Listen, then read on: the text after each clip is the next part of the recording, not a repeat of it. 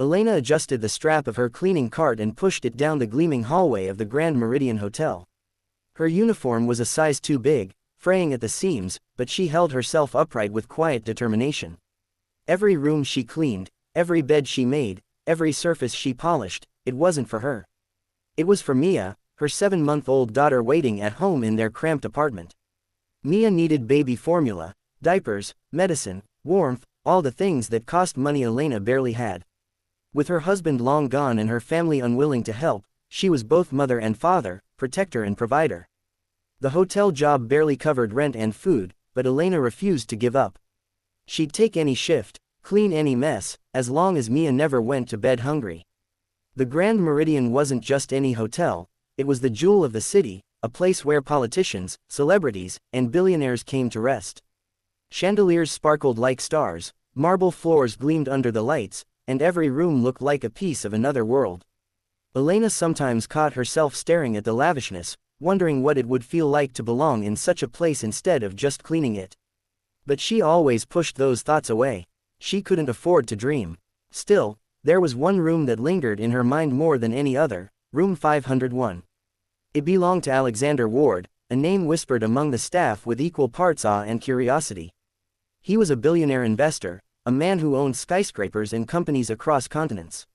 He was known for his sharp mind, ruthless deals, and untouchable presence. Most employees never even saw him. His bodyguards, assistants, and business partners came and went, but Alexander himself remained an enigma, tucked away behind the door of his luxury suite. For Elena, he was just another guest on her cleaning list. Yet somehow, stepping into room 501 always felt different. The air carried the faint scent of expensive cologne, the sheets were still warm from where he had slept, and documents scattered across his desk spoke of a life so far beyond her reach that it seemed almost unreal. She tidied the papers with care, smoothed the bed with precision, and whispered to herself, "This is not my world. I am just passing through." One rainy Tuesday morning, Elena's routine shifted forever. She knocked softly on the door of 501, expecting silence as always. Instead, a deep voice answered, "Come in." Her hand froze on the doorknob. Guests were never supposed to be inside when she cleaned. Still, orders were orders. She pushed the cart inside and nearly lost her breath. There he was. Alexander Ward stood near the floor-to-ceiling windows, his tall frame outlined against the gray city skyline. He turned, and his steel-blue eyes locked on hers.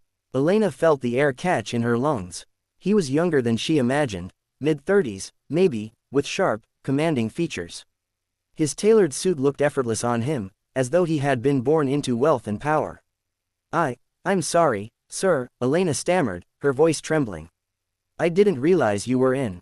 His gaze studied her quietly before he gave a small nod. "It's fine. Go ahead." Her hands shook as she began her work. She fluffed the pillows, straightened the sheets, dusted the tables, all while acutely aware of his presence. She had cleaned 1,000 rooms, but under his watch, she felt clumsy and exposed.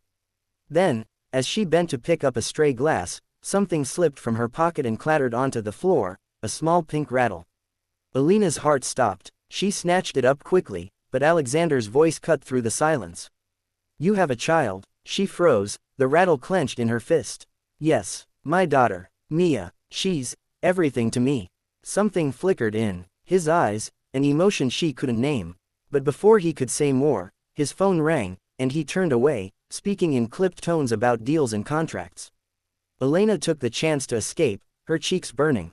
That night, rocking Mia to sleep in their drafty apartment, Elena tried to push the memory away. "He's a billionaire. You're a maid. Worlds like his don't collide with worlds like yours." Still, she couldn't shake the image of those piercing eyes softening at the mention of her daughter. Days passed. Elena avoided 501 whenever she could, trading shifts with another housekeeper.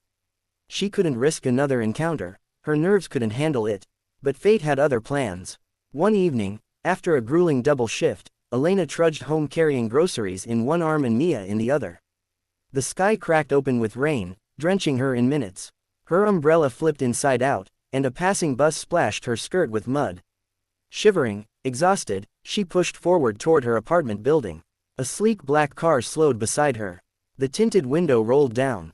Alexander Ward sat inside. "Get in," he said simply. Elena's breath caught. "What?" You'll catch pneumonia walking in this storm with a baby. Get in. Every instinct screamed not to trust him. But Mia whimpered against her shoulder, and the rain was merciless. Against her better judgment, Elena slid into the warm leather seat. The car smelled of cedar and power. Alexander studied her, his gaze lingering on Mia's tiny sleeping face. You work harder than anyone I've seen, he said quietly. Why? Elena let out a bitter laugh. Why? Because formula costs $20 a can, rent is $500, and no one cares if a baby goes hungry. That's why. To her surprise, he didn't flinch at her bluntness. Instead, he smiled faintly, not mocking, but admiring. You're stronger than most people I know. When the car stopped outside her crumbling apartment building, Elena flushed with shame. The peeling paint, the broken lights, it was a world far removed from his. She muttered, "This is me. Thank you." But before she could step out, he said her name. Elena. She froze. How do you know my name? He smirked faintly. I make it my business to know the names of people who matter. Her heart skipped, but she left without another word. She couldn't afford to imagine what he meant. Yet their paths kept crossing. Sometimes he'd linger while she cleaned, asking questions about her life. Sometimes he'd offer her a ride home. Slowly, a fragile thread of connection wove between them, a thread Elena tried desperately to ignore. Then came the night Mia fell ill. The baby burned with fever, her small cries weak and pained. Elena rushed to the pharmacy, but the medicine cost more than she had. She worked extra shifts, skipped meals, begged for overtime, but still came up short. Desperation clawed at her chest. That evening, a knock sounded at her door. Alexander stood there. Without a word, he stepped inside, saw Mia's flushed face, and immediately called someone. Within minutes, a private doctor arrived with medicine, supplies, and calm assurance. Elena's tears fell freely. Why are you doing this? I can't repay you. Alexander knelt beside her, his voice low but steady. I don't want repayment. I want you to understand something. Money can build empires, but it means nothing if you have no one to fight for.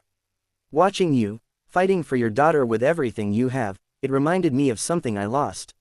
She met his gaze and, for the first time, saw the man behind the billionaire. His eyes carried loneliness, grief, and a longing he hid from the world. Room 501 wasn't just a suite. It was a cage, and perhaps, she realized, fate had led her here for a reason. From that night on, things changed.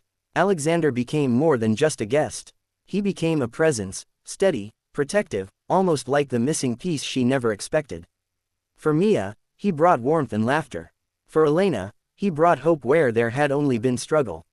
She never imagined that scrubbing hotel rooms for baby formula would lead her to him. But fate, as always, worked in mysterious ways. Elena had walked into 501 as a maid. She left it with her life forever changed. And as she held Mia in her arms, Alexander's hand brushing hers gently, she realized that sometimes destiny doesn't come wrapped in riches or power. Sometimes, it comes in the form of two broken souls finding each other in the unlikeliest of places.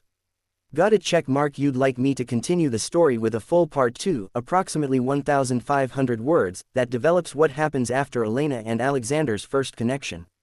To make sure I match what you want. Do you prefer part 2 to lean toward a romantic fairytale arc, they fall in love, maybe marriage family hinted, or a realistic struggle arc, support, challenges, but not neatly resolved? This way I'll expand the continuation in the direction you want, and give you a full, rich 1,500-word sequel.